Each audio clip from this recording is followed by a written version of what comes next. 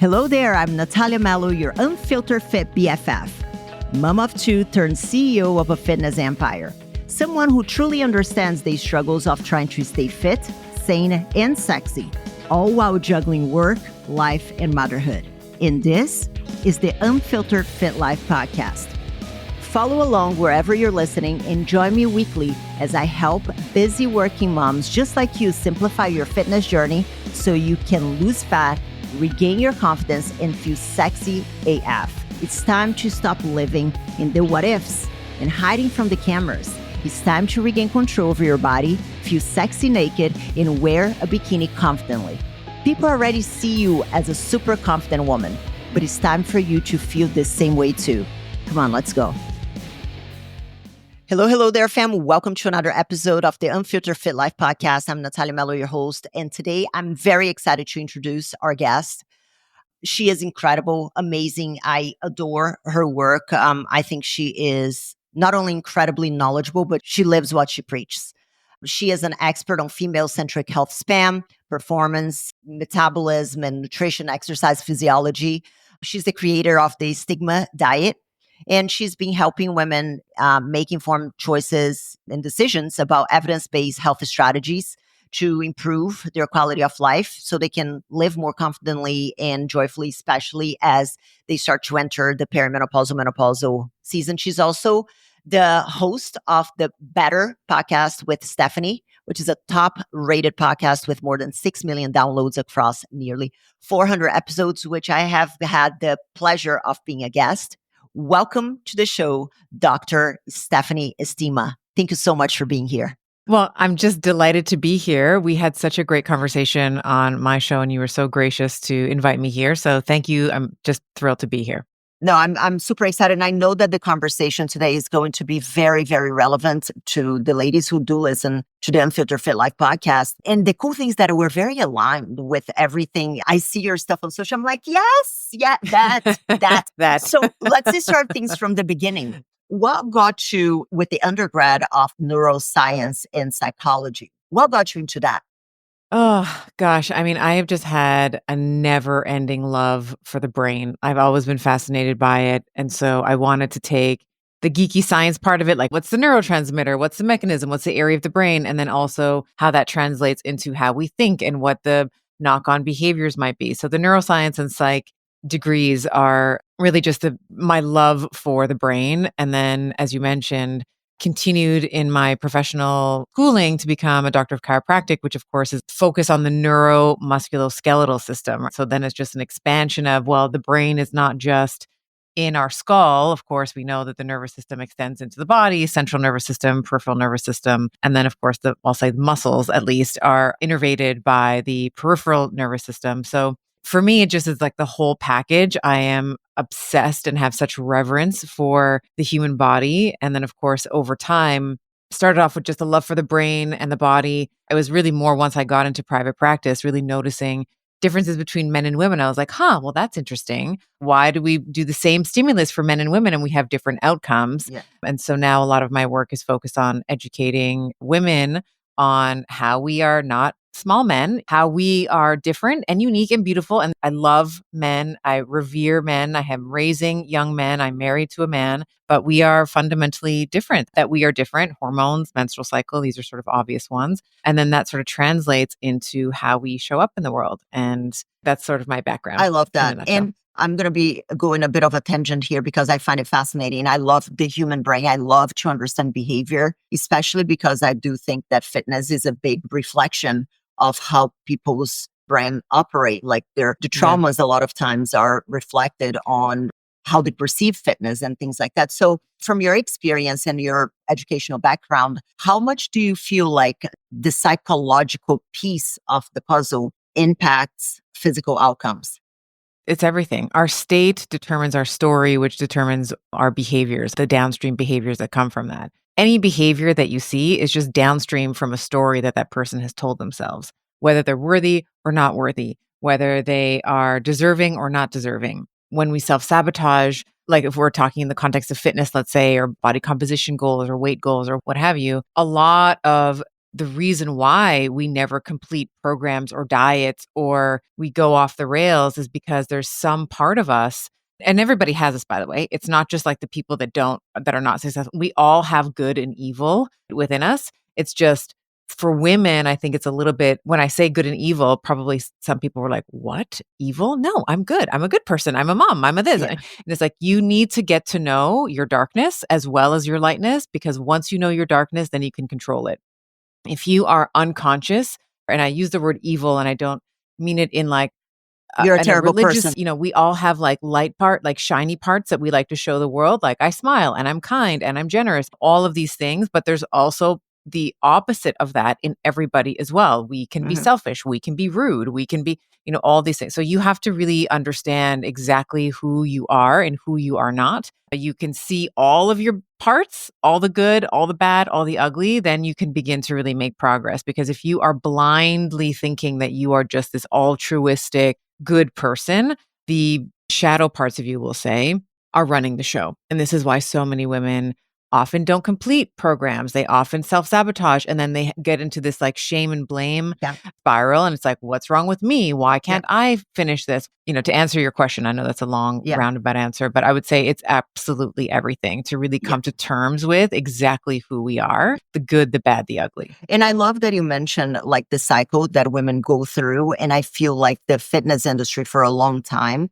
fueled that with just band-aid solutions, because the woman keeps on thinking that the solution is going to be that new diet and that new workout plan, that new PDF that doesn't understand the context of that person's lives.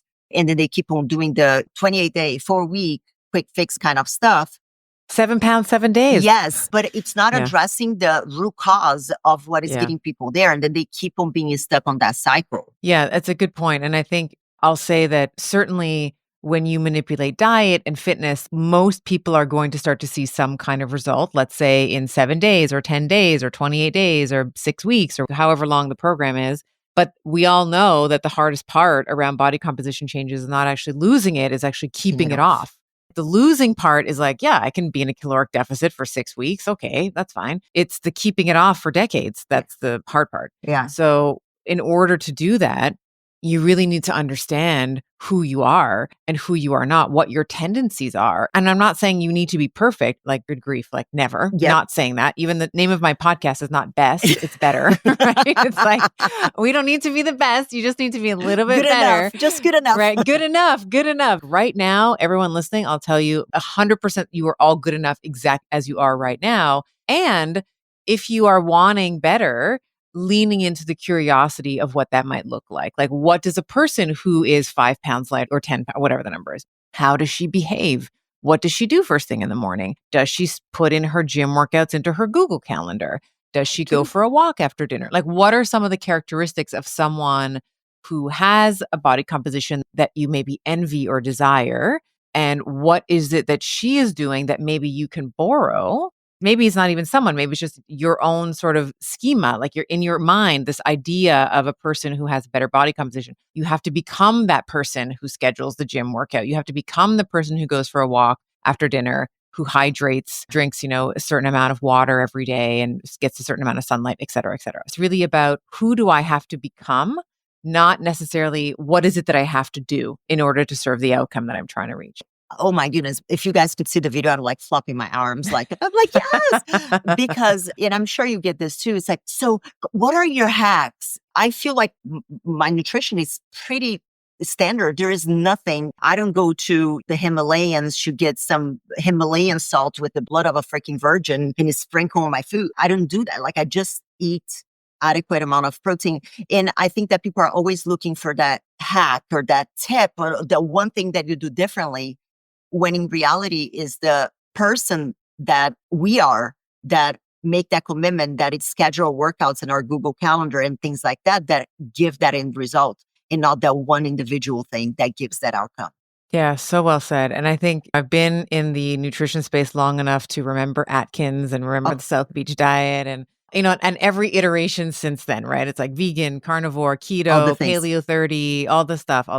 And it always comes back to half of your plate should be veg. It's like a quarter of your plate should be protein. And then the other quarter is like some sort of carbohydrate fat combo, right? It's like super boring, nothing groundbreaking about it. You mentioned protein. Protein is very important, especially if you're lifting and keep you satiated, thermal effective protein, yada, yada. But it's literally the most basic stuff. Yeah. It's like eat vegetables, good quality protein on repeat forever, and drink water. It's like, Forever and that's ever. the There is book. no deadline. Yeah. Yeah, there is no Yeah, yeah. deadline to it. There's the book, it's Yeah. like, you can pay me $24 to pick up that book that Yeah. maybe you'll never read, but I can tell you right now, let me summarize it for you.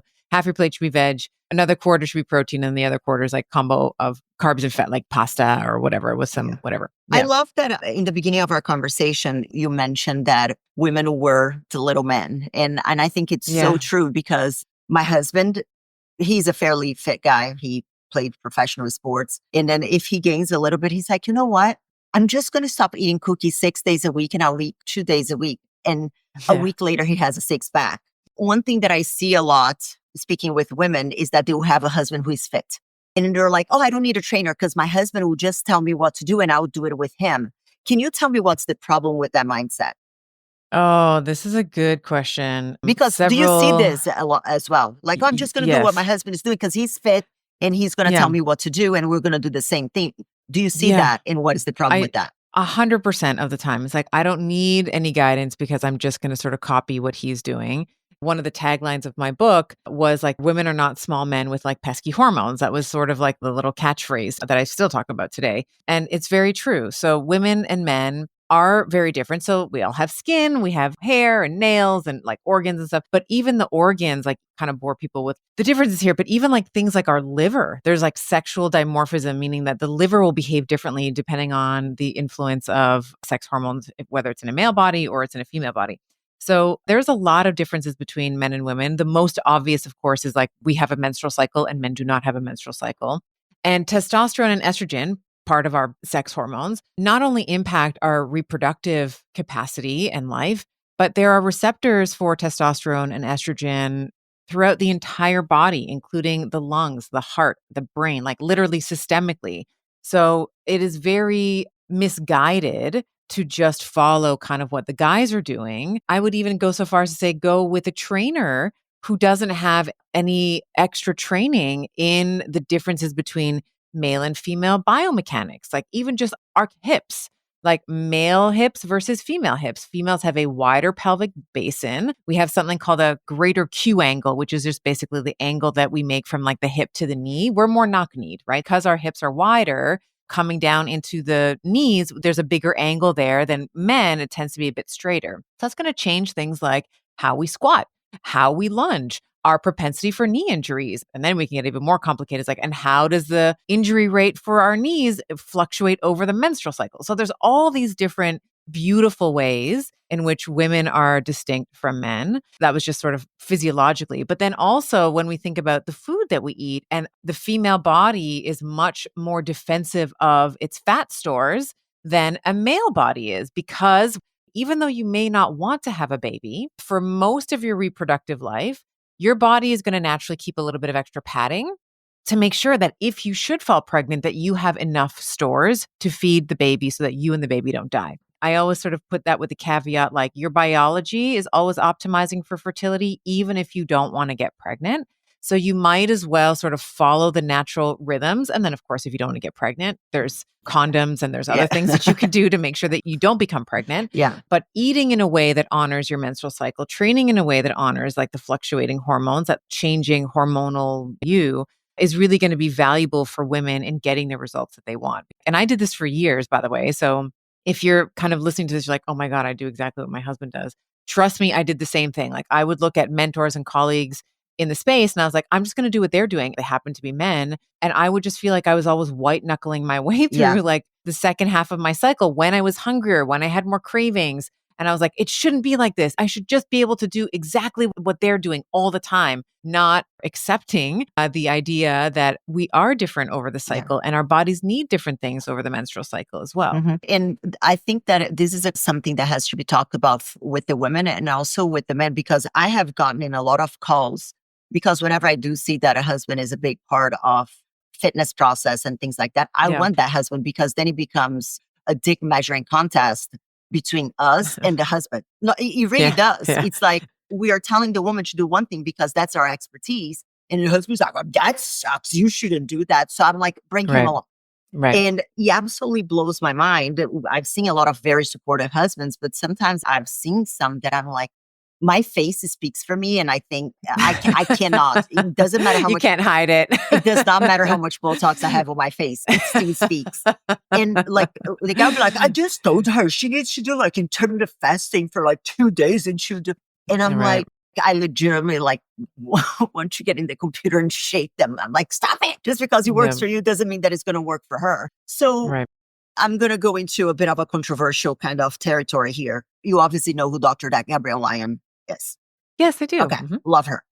And in recent times, a few months ago, she got a lot of pushback because she said that walking was an exercise. And did you see that? I Interview that did. she Yeah, I had? did see that briefly. She was being interviewed, I Yeah. think. Okay. She mentioned walking is not particularly exercise. And I thought that liked a little bit of context because what we see a lot of times with that demographic that is more perimenopausal, menopausal for a long time, it was always about the cardio. It was always about, oh, I'm just going to burn off the calories or I'm just going to do more. And there was a pull away from strength training.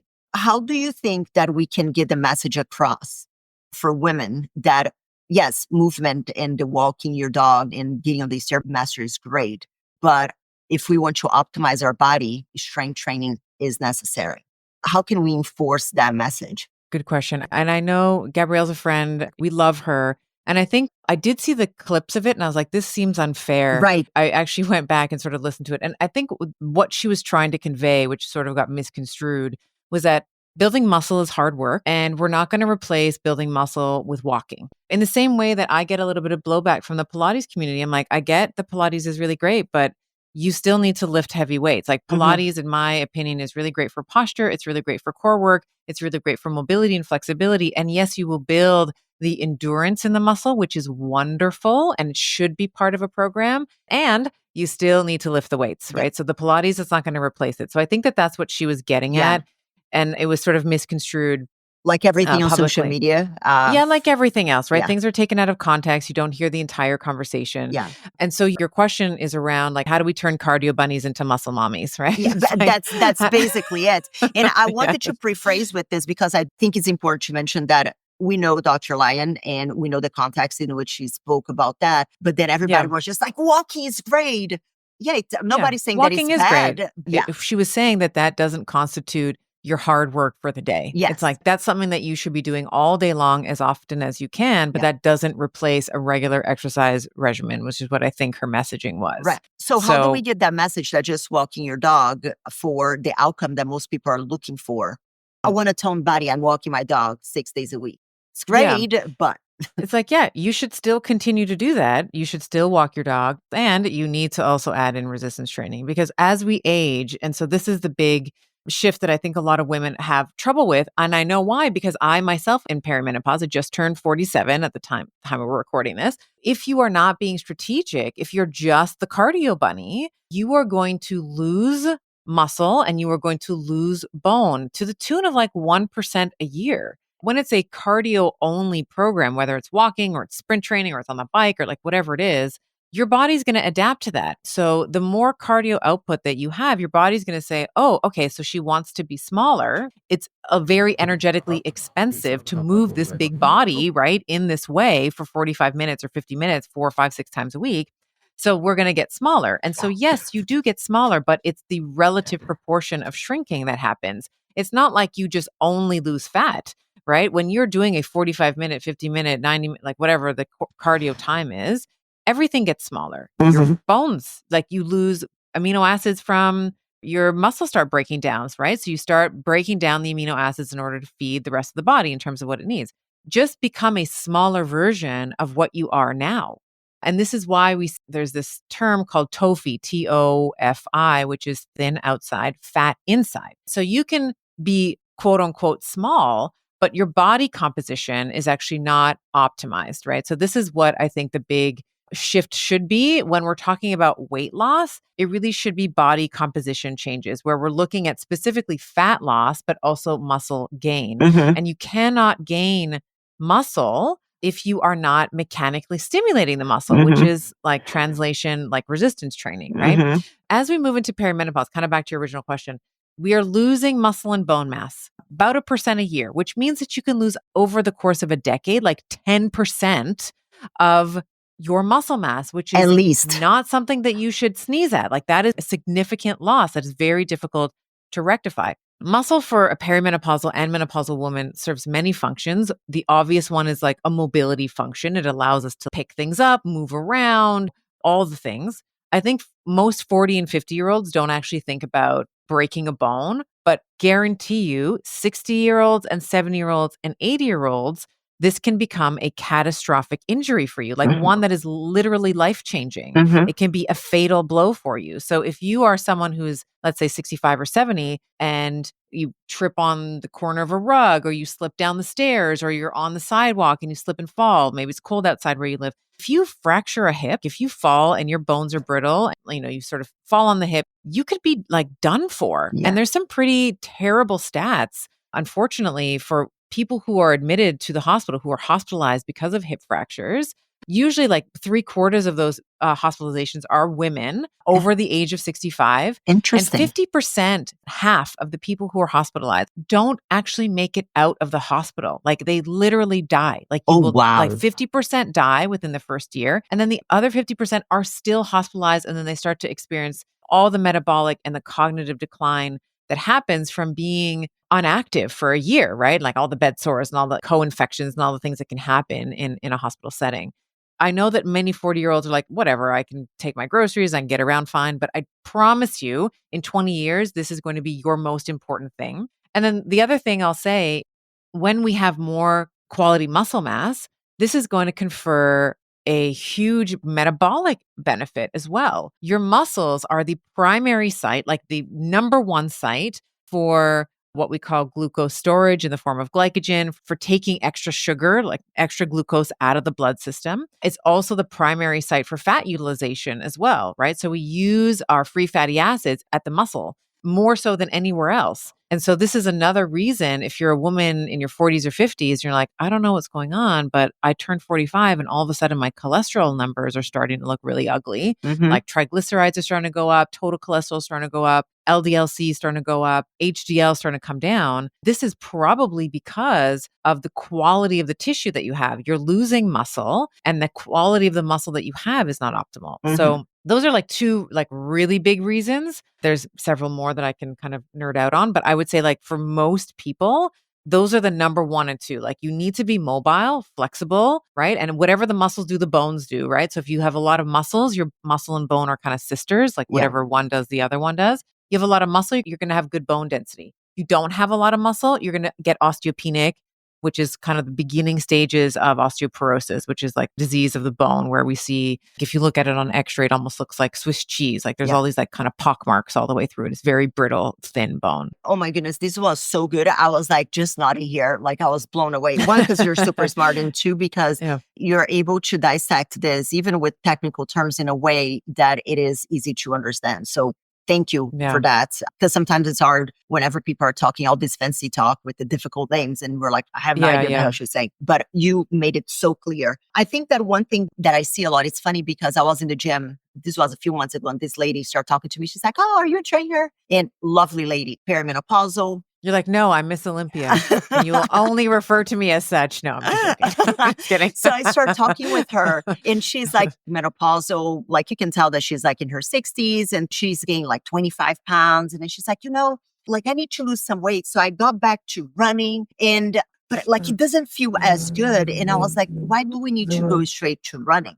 And I think that is like the default exercise activity that a lot of the demographic, your perimenopausal, menopausal demographic goes to, because they immediately think energy output. But they hear eat less, move more. And like, what's moving more? Well, running is more than walking. So that's, I'll go and I'll do a run. Yeah. Right. And then we have that cascade of crap, because you have somebody whose gauge is going to be a bit different because they're bigger. So they're not going to be running as effectively as they did when they were in college. I was a track athlete when I was 18. Right. I'm like, oh, that's cute. You haven't run since. So let's calm down, sister. Right. And then you have muscle mass that is declining. So they don't have that muscle to perform at the capacity that in their mind they can. You have the bones, they're a bit more brittle. Mhm. And then you have the added impact on the joints from the added weight. So Right. from my perspective, and correct me if I'm wrong, this almost becomes a bit of a recipe to disaster, even though it is the default activity that a lot of this demographic gravitate towards.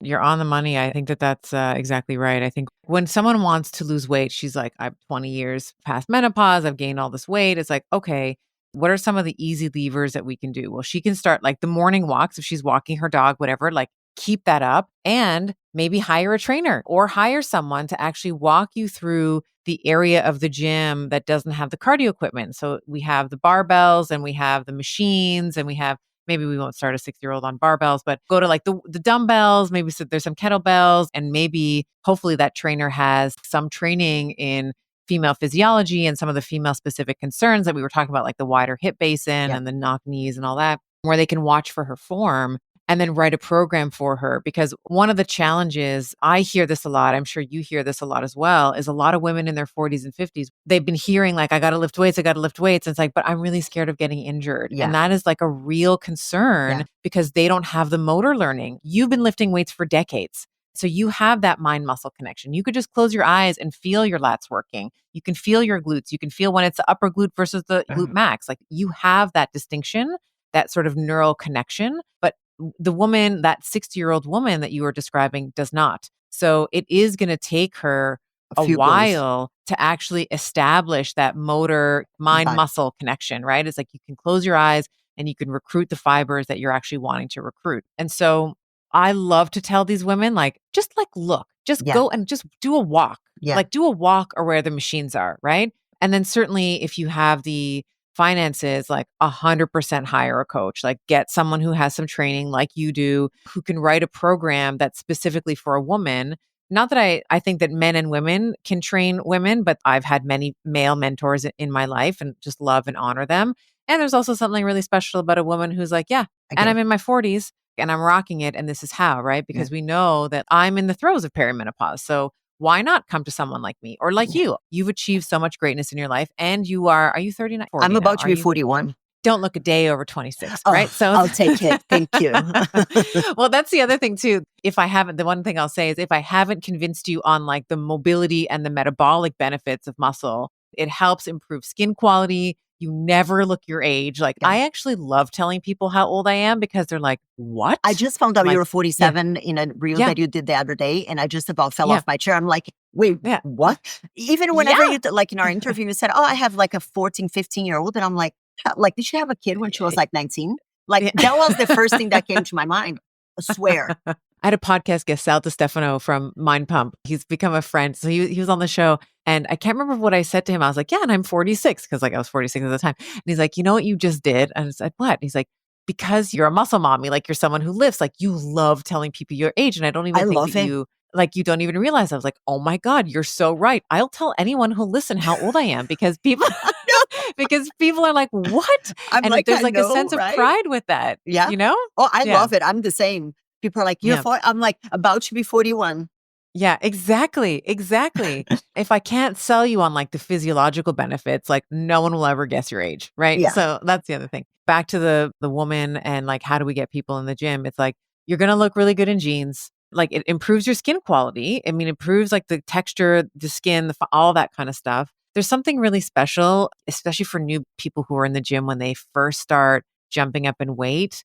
They have a lot more muscle turnover than like you will, right? Like you're not going to have the type of strength and hypertrophy gains as a newbie will No. because your muscles have already sort of turned over. Yeah. I mean, you'll still make progress, but It's a slower rate.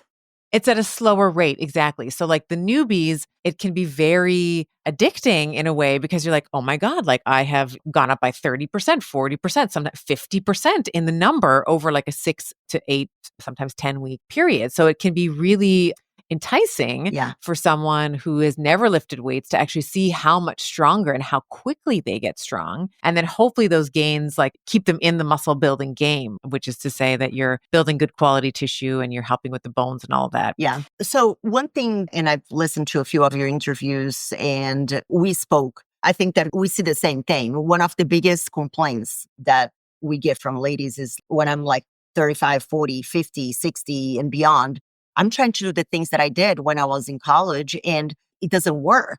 I talk a lot about the psychological and life piece of the puzzle in the context of like before we could spend hours in the gym and we had no responsibilities. So expecting to be able to mimic that now from a consistency standpoint, it's a lot more challenging because you have a lot Yeah. more irons on the fire and a lot more responsibilities. But from a metabolic standpoint, why is it that college overtraining, overrunning, undereating, starving for a week to look bathing suit ready? Why that no longer works in a woman that is perimenopausal and menopausal? Well, part of it is because our mitochondria are not as efficient as they once were. And then the other big one is that our sex hormones are declining, right? So I mentioned before that we have testosterone and estrogen, not just for reproductive capacity, but like literally everywhere in the body. And so as our estrogen, women, they think phenotypically estrogen. And so we'll start there. Estrogen, when we start to see it declining, we actually start to see a change in our body composition despite doing the same things. So we will have a propensity, like an affinity towards actually not the subcutaneous fat anymore, which is just the fat that kind of sits underneath the skin. But now, in an environment of low estrogen or estrogen decline, we are going to start to accumulate what's called visceral fat, which is fat that on top of the organs. Viscera just means it's like medicalese for organs. So you'll start to get fat kind of accumulating on top of the liver and on the spleen. And like, where are our organs? They're all in the midsection, right? They're all where the waist is. So many women will complain that their waist disappears and they're fasting and they're caloric restricting and they're doing 2 hours of cardio and they're doing all the things. Oh, here's my stat here. I'll read it out to you. So perimenopausal woman, 15 to 20% of her total body weight is from her abdomen.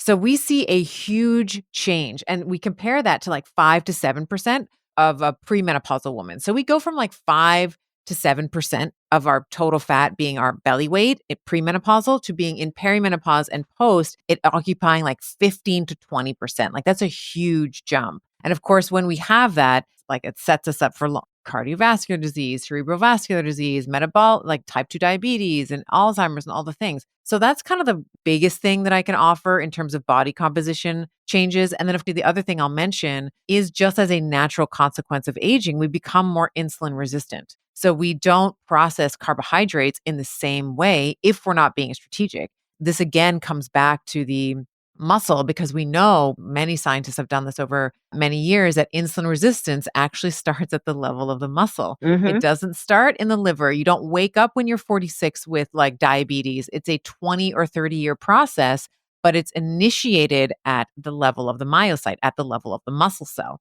So if we are doing the same thing in our 20s, like when you're 20, you have way more estrogen. When you're 20, you don't have this propensity to deposit fat through your belly. When you're 20, you're not insulin resistant yet. You might be starting that disease process, but it's still subclinical. Like it's not enough to detect yet unless you're, doing like very specific labs and whatnot. So that's kind of a snapshot of why it doesn't work anymore and why we have to shift away from this idea that like, I'm just going to hold on to what I did when I was 25 or 35 and accept the aging process because it is a privilege. Yeah. Like, what's the alternative? Not being here? Like, I'll choose aging. Like, I'd like to be here as long as I can and live a healthy, robust life. And kicking. And kicking. Yeah. And like, I think we talked about this on my show when you were on, but I want to meet my grandkids. If I ever have that honor of, inducted into the grandmother club, like I want to meet, like I knew my great grandmother. So I would love to experience that. And in order to do so, I have to accept the fact that I'm not 25 anymore. I'm 45 or 47. This is how I need to attend to my body now. And that also, like coming back to the psychological piece of it, that also makes you a better steward for yourself, right? It helps you with that self-agency and it helps you advocate for yourself in a way that's different than the way that you needed to advocate for yourself when you were 25 because your body's different now. I am so sorry to interrupt you, but isn't this conversation with Dr. Stephanie Estima the best? It is so good that we split it in 2 episodes. So stay tuned next week for the rest of the conversation. That is going to be part 2. Thank you so much for tuning in this week. But let me ask you, what was your aha moment in today's episode? I would love to know. You can leave me a comment at the link in the show description. You can also follow me on social media, Instagram.